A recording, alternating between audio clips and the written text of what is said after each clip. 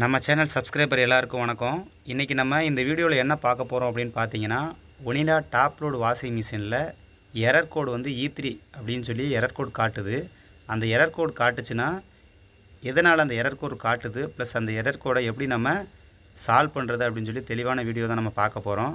இந்த வீடியோ இப்போ தான் நீங்கள் ஃபஸ்ட் டைம் பார்க்குறீங்க அப்படின்னா மறக்காமல் நம்ம சேனலை சப்ஸ்கிரைப் பண்ணிடுங்க. வாங்க அந்த ப்ராப்ளத்தை எப்படி சால்வ் பண்ணுறது அப்படின்னு சொல்லி பார்க்கலாம். இங்கே பார்த்தீங்கன்னா ஒனிடா டாப் லோடு வாஷிங் மிஷினில் பார்த்தீங்கன்னா ஸ்பின் ஆப்ஷன் வச்சோம்னா உங்களுக்கு பார்த்தீங்கன்னா E3 அப்படின்னு சொல்லி எரர் கோடு காட்டுது. E3 எரர் கோடு அப்படி என்னன்னு சொல்லி நீங்கள் கூகுளில் சர்ச் பண்ணிங்க அப்படின்னு பார்த்தீங்கன்னா ப்ரெஷர் சென்சார் ஃபெயிலியர் அப்படின்னு சொல்லி இன்றைக்கி இது காட்டும். அப்போ ப்ரெஷர் சென்சாரில் ஏதோ பிரச்சனை இருக்குது, அதனால தான் வந்து உங்களுக்கு வந்து இந்த மாதிரி ப்ராப்ளம் வருது அப்படின்னு சொல்லி நம்ம தெரிஞ்சுக்கலாம். அந்த ப்ராப்ளம் வருது அப்படிங்கிறத நம்ம ஈஸியாக கண்டுபிடிச்சலாம். அது எப்படி சால்வ் பண்ணுறது, டேரெக்டாக வந்து ப்ரெஷர் சென்சார் தான் ப்ராப்ளமா அப்படின்னு சொல்லி நம்ம எடுத்தோடனே அதையும் மாற்றிடக்கூடாது. ஸோ எதனால் இந்த பிரச்சனை வருது, ஏன் அப்படின்னு சொல்லி நம்ம பார்க்குறோம். இப்போ வந்து மிஷின் ஆன் பண்ணி ரன் பண்ணோம் அப்படின்னா உங்களுக்கு பார்த்திங்கன்னா எல்லா ஆப்ஷனுமே உங்களுக்கு ஒர்க் ஆகும். அதாவது வாஷ் ஆப்ஷனு, ரெஞ்சு எல்லாமே ஒர்க் ஆகும். பட் ஸ்பின் ஆப்ஷன் ஓடையில் பார்த்தீங்க அப்படின்னா உங்களுக்கு வந்து E3 அப்படின்னு சொல்லி எரர் கோடு வந்து காமிச்சிரும். இப்போ நம்ம வந்து டேரெக்டாக ஸ்பின் ஆப்ஷன் வச்சு ஓட்டி பார்த்துட்டோம் அப்படின்னா உங்களுக்கு அந்த ப்ராப்ளம் என்ன அப்படிங்கிறத சொல்லி பார்த்துடலாம். இப்போ நம்ம டேரெக்டாக ஸ்பின் ஆப்ஷன் வச்சுட்டோம். இப்போ ஸ்பின் ஆப்ஷன் வச்ச உடனே பார்த்தீங்கன்னா உங்களுக்கு ஃபஸ்ட்டு என்னென்னா ட்ரெயின் மோட்ரு ஓப்பன் ஆகி ட்ரெயின் தண்ணி வெளியே போகும். தண்ணி வெளியே போயிடுச்சு அப்படின்னா நெக்ஸ்ட்டு அப்படியே ட்ரம்மு சுற்ற ஆரம்பிக்கணும். இங்கே பார்த்தீங்க அப்படின்னா ட்ரம்மு சுற்றலை, E3 அப்படின்னு சொல்லி எரர் கோடு காட்டுது. அப்படின்னா என்ன ப்ராப்ளம்னா நம்ம ப்ரெஷர் சென்சாரில் ஏதோ ப்ராப்ளம் இருக்குது அப்படின்னு சொல்லி நம்ம செக் பண்ணி பார்க்கணும். ப்ரெஷர் சென்சாரில் என்ன ப்ராப்ளம் அப்படின்னா சப்போஸ் அந்த ப்ரெஷர் சென்சார்லேருந்து அவுட்புட் ஆகிற அந்த டியூப்பில் எங்கேயாவது ஓட்டை இருக்கலாம், இல்லாட்டி ப்ரெஷர் சென்சார் கரெக்டாக லாக் ஆகாமல் இருக்கலாம். அதனால் கூட உங்களுக்கு வந்து அந்த மாதிரி பிரச்சனை வரும். கீழே அதாவது ப்ரெஷர் சென்சார் வந்து ட்ரம்மில் லாக் பண்ணியிருப்போம், அந்த லாக்கில் ஏதாவது பிரச்சனை, அதாவது ஏதாவது லீக்கேஜ் மாதிரி தெரிஞ்சிச்சு அப்படின்னாலும் உங்களுக்கு வந்து பார்த்திங்கன்னா அந்த மாதிரி எரர் கோடு E3 காட்டிக்கிட்டே இருக்கும். ஸோ இங்கே வந்து பார்த்திங்கன்னா ஃபஸ்ட்டு அந்த டியூப்பை செக் பண்ணலாம், எங்கிட்டாவது லீக்கேஜ் இருக்கா, அதாவது எலி ஏதாவது கடிச்சிருக்கா அப்படின்னு சொல்லி. நெக்ஸ்ட்டு பார்த்திங்கன்னா இங்கே ப்ரெஷர் சென்சார் என்னென்னா ப்ரெஷர் சென்சாருக்கு போகிற வயர் பார்த்திங்கன்னாவே எலி வந்து கடிச்சிருக்கு. ஸோ எலி கடிச்சிருக்கு அப்படின்னோடனே என்ன அப்படின்னா ப்ரெஷர் சென்சாருக்கு வந்து ப்ரெஷர் சென்சார்லேருந்து போர்டுக்கு வந்து கமாண்டு போகல, அந்த வயரை வந்து எலி கடிச்சிருச்சு.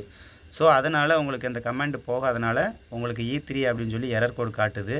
ஸோ இங்கே இதுதான் ப்ராப்ளம். நம்ம ப்ரெஷர் சென்சார் அப்படின்னா டேரெக்டாக ப்ரெஷர் சென்சார் தான் பிரச்சனைன்னு சொல்லி ப்ரெஷர் சென்சாரை மாற்றிடக்கூடாது.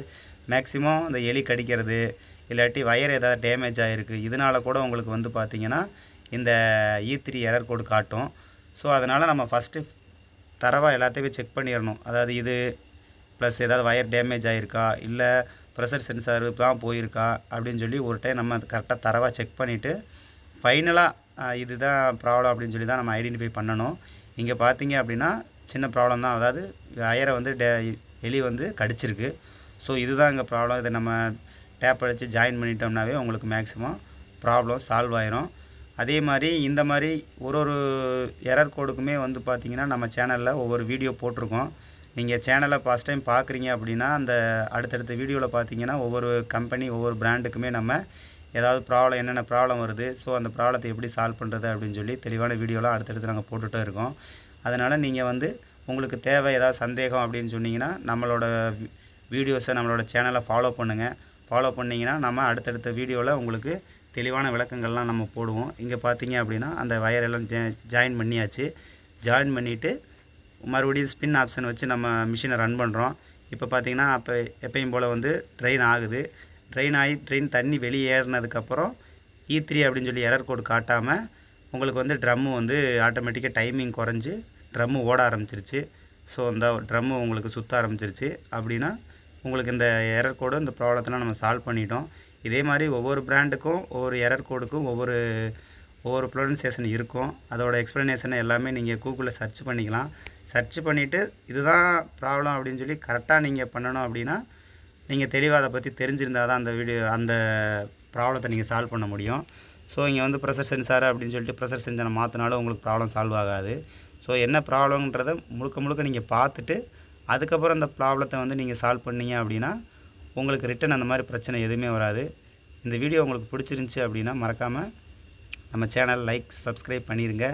கூடவே அந்த பெல் ஐக்கானை கிளிக் பண்ணிடுங்க. அப்போ தான் நம்ம போடுற அடுத்தடுத்த வீடியோ